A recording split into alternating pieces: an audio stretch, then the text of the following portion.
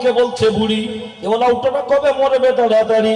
শ্বশুরকে বলে আব্বাজি আম্মাজি কি খাবে, গরম গরম পেঁয়াজি খাও আম্মাজি লাও।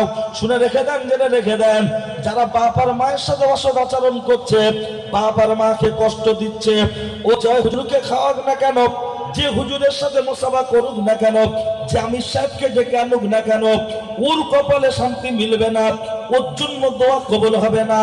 অনেকগুলো এই যে হৃৎপিণ্ড নামক যে কল, এই কলবের অনেকগুলো রোগের মধ্যে আরেকটি রোগ হলো যেটা আমার আল্লাহর কোরআন বললেন, সেটা আমার আল্লাহর কোরআন জানিয়ে দিয়েছেন।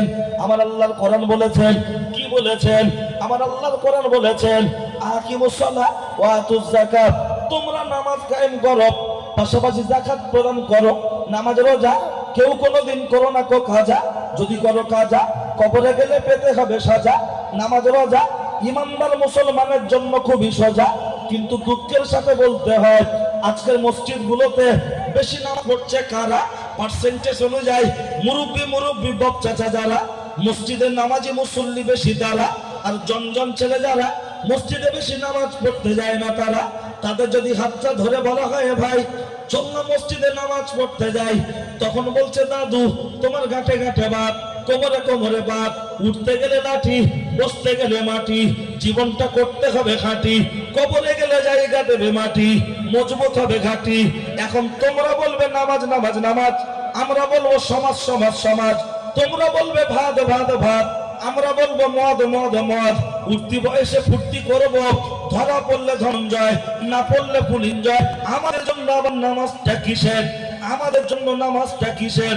খুব যদি বেশি বেশি বলা হয় তখন বলো সাদ্দাম হোসেন ভাই আপনার কাছে একটু জানতে চাই, নামাজ পড়লে কি লাভতে হবে ভাই?